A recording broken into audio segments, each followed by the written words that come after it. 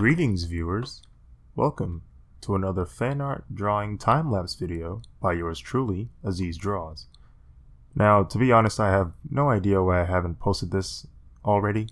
I mean, yeah, there was that attempt with the animation and that's why it took a little bit longer, but that's no excuse. Anyway, the video's here of the Mob Psycho 100 drawing I drew some weeks back.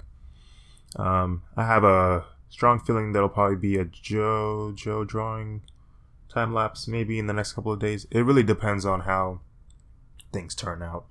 I still have to edit it. This is like fully edited, I just didn't narrate it. But yes, I drew Mob Psycho 100 not too long back. I had a good time drawing it. It was pretty cool.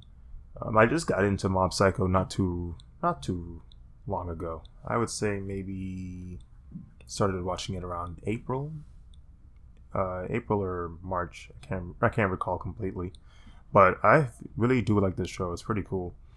Got some really cool animation. It's got some dope storytelling. I really like the character Mob. He's a very interesting individual.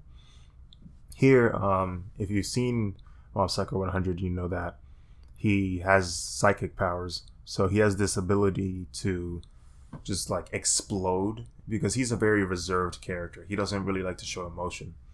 But because of his psychic powers and his resistance to showing his emotion, anytime that it comes out at once, he kind of explodes with power. Throughout the show, you'll see like the percent rise up to 100, and every time it hits 100%, you see him kind of explode. And like throughout the show, it will say, 50% of Mob's explosion, 60% of Mob's explosion. And it's this really cool like way to kind of convey suspense when you're watching the show. But that's just one of the cool things about it. It's overall, I think the show is really, really good. But yeah, that's what I have him in this drawing. I just have him in a 100% explosion kind of thing going on. You know me and faces. I strategically place the hands in front of him so that you cannot see his face. You do see an eye though, so I guess there's that. Working on his school clothes and overall color blocking. There's this really cool effect that they do in the show where if you pay attention to his aura when he uses his psychic powers, there's this kind of there's this kind of weird rotating object inside it. It's like this pattern that rotates, and it has this really cool like fractal effect. And I tried to mimic it when I was doing this drawing. I think I copied it rather well, but I tried to animate it and that was rough. Like I really didn't know how to go about animating a pattern like that. I think I have to go on After Effects to do it. What I attempted to do was try to do it in Illustrator. Not a good idea. But I don't know. At least I mimicked it for one frame. I don't know how to. I have to try something similar to that some other time because I feel like I've been defeated by that texture. But yeah, same old hatching. We wanted to go for the hands with a white. Usually I don't do white or something very close to it when it comes to highlighting the skin, but I wanted to emphasize on Mob Psycho 100's Mob's hands being utilized with his powers, and so I wanted to make sure the aura coming from underneath him was very bright and kind of in your face because once he explodes, it's very intense because he has so much power in the show. So the way that I convey the lighting is just a response to that. You can see on his school clothes, I actually dimmed down the school clothing light a bit just because his school uniform is black, so it wouldn't respond to light as well, or it wouldn't reflect light as well because with the theory of color and light, it's like black absorbs all color, or it is the absorption of all color. So if you have something highlighting it, it shouldn't be as bright as, say, his hands, because his hands reflect light a lot better. I wanted to add some hard shadows from the lighting underneath him. So you'll see that I've started doing that with this kind of third tone. I think normally I run with, I'd say maybe 4 or 5 tones. It varies.